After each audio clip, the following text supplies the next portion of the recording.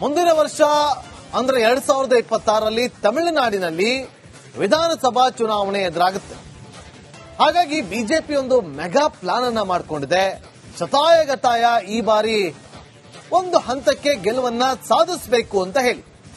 ಹಾಗಾಗಿ ಮೊದಲ ಹೆಜ್ಜೆಯಾಗಿ ಅಣ್ಣಾಮಲೈ ಅವರಿಗೆ ರಾಜ್ಯಾಧ್ಯಕ್ಷ ಸ್ಥಾನದಿಂದ ನಿರ್ಗಮಿಸುವಂತೆ ಸೂಚನೆ ಕೊಟ್ಟಿದ್ರು.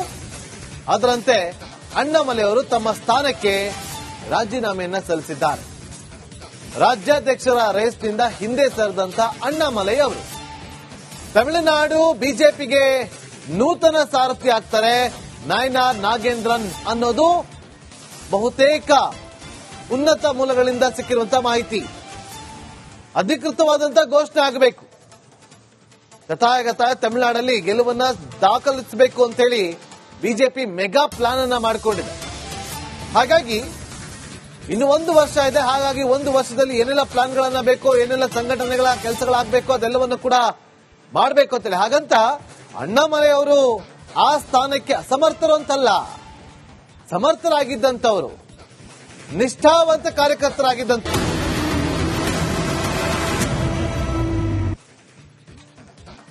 ಮುಂದಿನ ವರ್ಷ ಅಂದ್ರೆ 2026ರಲ್ಲಿ ತಮಿಳುನಾಡಿನಲ್ಲಿ ವಿಧಾನಸಭಾ ಚುನಾವಣೆ ಎದುರಾಗುತ್ತೆ. ಹಾಗಾಗಿ ಬಿಜೆಪಿ ಒಂದು ಮೆಗಾ ಪ್ಲಾನ್ ಅನ್ನ ಮಾಡಿಕೊಂಡಿದೆ. ಶತಾಯಗತಾಯ ಈ ಬಾರಿ ಒಂದು ಹಂತಕ್ಕೆ ಗೆಲುವನ್ನ ಸಾಧಿಸಬೇಕು ಅಂತ ಹೇಳಿ. ಹಾಗಾಗಿ ಮೊದಲ ಹೆಜ್ಜೆಯಾಗಿ ಅಣ್ಣಾಮಲೈ ಅವರಿಗೆ ರಾಜ್ಯಾಧ್ಯಕ್ಷ ಸ್ಥಾನದಿಂದ ನಿರ್ಗಮಿಸುವಂತೆ ಸೂಚನೆ ಕೊಟ್ಟಿದ್ರು. ಅದರಂತೆ ಅಣ್ಣಾಮಲೈ ಅವರು ತಮ್ಮ ಸ್ಥಾನಕ್ಕೆ ರಾಜೀನಾಮೆಯನ್ನ ಸಲ್ಲಿಸಿದ್ದಾರೆ. ರಾಜ್ಯಾಧ್ಯಕ್ಷರ ರೇಸ್ನಿಂದ ಹಿಂದೆ ಸರಿದಂತ ಅಣ್ಣಾಮಲೈ ಅವರು ತಮಿಳುನಾಡು ಬಿಜೆಪಿಗೆ ನೂತನ ಸಾರಥಿ ಆಗ್ತಾರೆ. ನಾಯನಾರ್ ನಾಗೇಂದ್ರನ್ ಅನ್ನೋದು ಬಹುತೇಕ ಉನ್ನತ ಮೂಲಗಳಿಂದ ಸಿಕ್ಕಿರುವಂತಹ ಮಾಹಿತಿ. ಅಧಿಕೃತವಾದಂತಹ ಘೋಷಣೆ ಆಗಬೇಕು.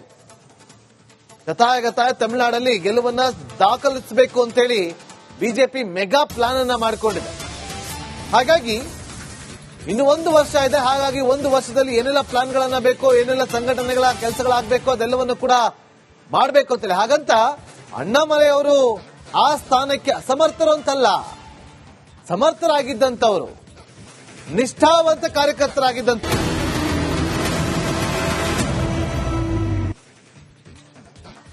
ಮುಂದಿನ ವರ್ಷ ಅಂದ್ರೆ 2026ರಲ್ಲಿ ತಮಿಳುನಾಡಿನಲ್ಲಿ ವಿಧಾನಸಭಾ ಚುನಾವಣೆ ಎದುರಾಗುತ್ತೆ.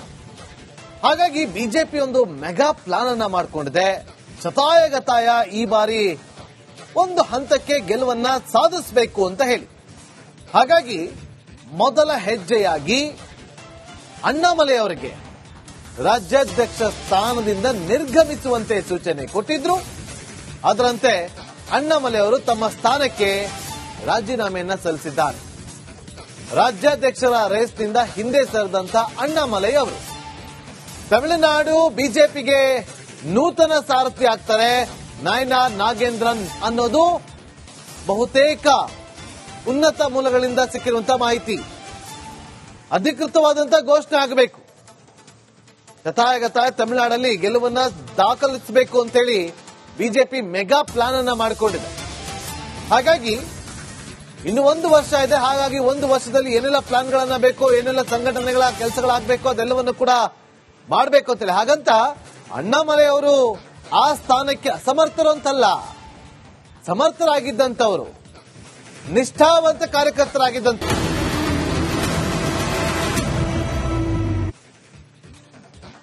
ಮುಂದಿನ ವರ್ಷ ಅಂದ್ರೆ 2026ರಲ್ಲಿ ತಮಿಳುನಾಡಿನಲ್ಲಿ ವಿಧಾನಸಭಾ ಚುನಾವಣೆ ಎದುರಾಗುತ್ತೆ.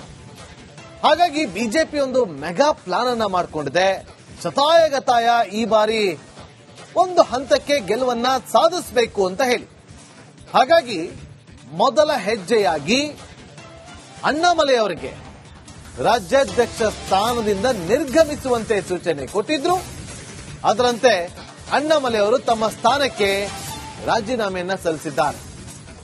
ರಾಜ್ಯಾಧ್ಯಕ್ಷರ ರೇಸ್ನಿಂದ ಹಿಂದೆ ಸರಿದಂತ ಅಣ್ಣಾಮಲೈ ಅವರು ತಮಿಳುನಾಡು ಬಿಜೆಪಿಗೆ ನೂತನ ಸಾರಥಿ ಆಗ್ತಾರೆ. ನಾಯನಾರ್ ನಾಗೇಂದ್ರನ್ ಅನ್ನೋದು ಬಹುತೇಕ ಉನ್ನತ ಮೂಲಗಳಿಂದ ಸಿಕ್ಕಿರುವಂತಹ ಮಾಹಿತಿ. ಅಧಿಕೃತವಾದಂತಹ ಘೋಷಣೆ ಆಗಬೇಕು. ಗತಾಯ ತಮಿಳುನಾಡಲ್ಲಿ ಗೆಲುವನ್ನ ದಾಖಲಿಸಬೇಕು ಅಂತೇಳಿ ಬಿಜೆಪಿ ಮೆಗಾ ಪ್ಲಾನ್ ಅನ್ನ ಮಾಡಿಕೊಂಡಿದೆ.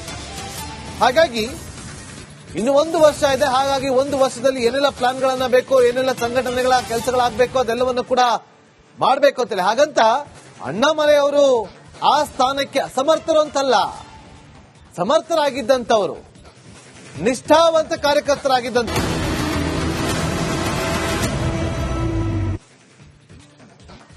ಮುಂದಿನ ವರ್ಷ ಅಂದ್ರೆ 2026ರಲ್ಲಿ ತಮಿಳುನಾಡಿನಲ್ಲಿ ವಿಧಾನಸಭಾ ಚುನಾವಣೆ ಎದುರಾಗುತ್ತೆ. ಹಾಗಾಗಿ ಬಿಜೆಪಿ ಒಂದು ಮೆಗಾ ಪ್ಲಾನ್ ಅನ್ನ ಮಾಡಿಕೊಂಡಿದೆ. ಶತಾಯಗತಾಯ ಈ ಬಾರಿ ಒಂದು ಹಂತಕ್ಕೆ ಗೆಲುವನ್ನ ಸಾಧಿಸಬೇಕು ಅಂತ ಹೇಳಿ. ಹಾಗಾಗಿ ಮೊದಲ ಹೆಜ್ಜೆಯಾಗಿ ಅಣ್ಣಾಮಲೈ ಅವರಿಗೆ ರಾಜ್ಯಾಧ್ಯಕ್ಷ ಸ್ಥಾನದಿಂದ ನಿರ್ಗಮಿಸುವಂತೆ ಸೂಚನೆ ಕೊಟ್ಟಿದ್ರು. ಅದರಂತೆ ಅಣ್ಣಾಮಲೈ ಅವರು ತಮ್ಮ ಸ್ಥಾನಕ್ಕೆ ರಾಜೀನಾಮೆಯನ್ನ ಸಲ್ಲಿಸಿದ್ದಾರೆ. ರಾಜ್ಯಾಧ್ಯಕ್ಷರ ರೇಸ್ನಿಂದ ಹಿಂದೆ ಸರಿದಂತ ಅಣ್ಣಾಮಲೈ ಅವರು ತಮಿಳುನಾಡು ಬಿಜೆಪಿಗೆ ನೂತನ ಸಾರಥಿ ಆಗ್ತಾರೆ. ನಾಯನಾರ್ ನಾಗೇಂದ್ರನ್ ಅನ್ನೋದು ಬಹುತೇಕ ಉನ್ನತ ಮೂಲಗಳಿಂದ ಸಿಕ್ಕಿರುವಂತಹ ಮಾಹಿತಿ. ಅಧಿಕೃತವಾದಂತಹ ಘೋಷಣೆ ಆಗಬೇಕು. ಗತಾಯ ತಮಿಳುನಾಡಲ್ಲಿ ಗೆಲುವನ್ನ ದಾಖಲಿಸಬೇಕು ಅಂತೇಳಿ ಬಿಜೆಪಿ ಮೆಗಾ ಪ್ಲಾನ್ ಅನ್ನ ಮಾಡಿಕೊಂಡಿದೆ. ಹಾಗಾಗಿ ಇನ್ನು ಒಂದು ವರ್ಷ ಇದೆ. ಹಾಗಾಗಿ ಒಂದು ವರ್ಷದಲ್ಲಿ ಏನೆಲ್ಲ ಪ್ಲಾನ್ಗಳನ್ನ ಬೇಕು, ಏನೆಲ್ಲ ಸಂಘಟನೆಗಳ ಕೆಲಸಗಳಾಗಬೇಕು ಅದೆಲ್ಲವನ್ನು ಕೂಡ ಮಾಡಬೇಕು ಅಂತೇಳಿ. ಹಾಗಂತ ಅಣ್ಣಾಮಲೈ ಅವರು ಆ ಸ್ಥಾನಕ್ಕೆ ಅಸಮರ್ಥರು ಅಂತಲ್ಲ, ಸಮರ್ಥರಾಗಿದ್ದಂಥವರು, ನಿಷ್ಠಾವಂತ ಕಾರ್ಯಕರ್ತರಾಗಿದ್ದಂಥ.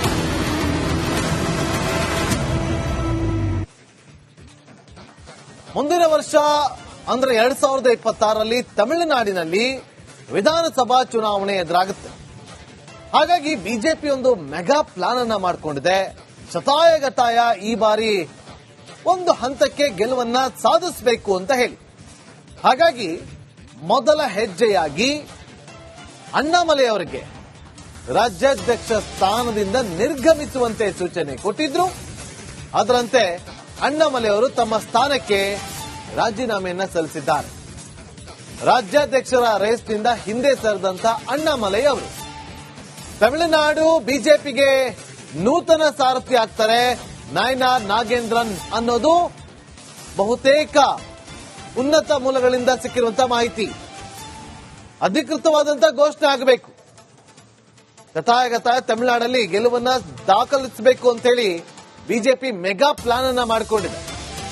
ಹಾಗಾಗಿ ಇನ್ನು ಒಂದು ವರ್ಷ ಇದೆ. ಹಾಗಾಗಿ ಒಂದು ವರ್ಷದಲ್ಲಿ ಏನೆಲ್ಲ ಪ್ಲಾನ್ಗಳನ್ನ ಬೇಕು, ಏನೆಲ್ಲ ಸಂಘಟನೆಗಳ ಕೆಲಸಗಳಾಗಬೇಕು ಅದೆಲ್ಲವನ್ನು ಕೂಡ ಮಾಡಬೇಕು ಅಂತೇಳಿ. ಹಾಗಂತ ಅಣ್ಣಾಮಲೈ ಅವರು ಆ ಸ್ಥಾನಕ್ಕೆ ಅಸಮರ್ಥರು ಅಂತಲ್ಲ, ಸಮರ್ಥರಾಗಿದ್ದಂಥವರು, ನಿಷ್ಠಾವಂತ ಕಾರ್ಯಕರ್ತರಾಗಿದ್ದಂಥ.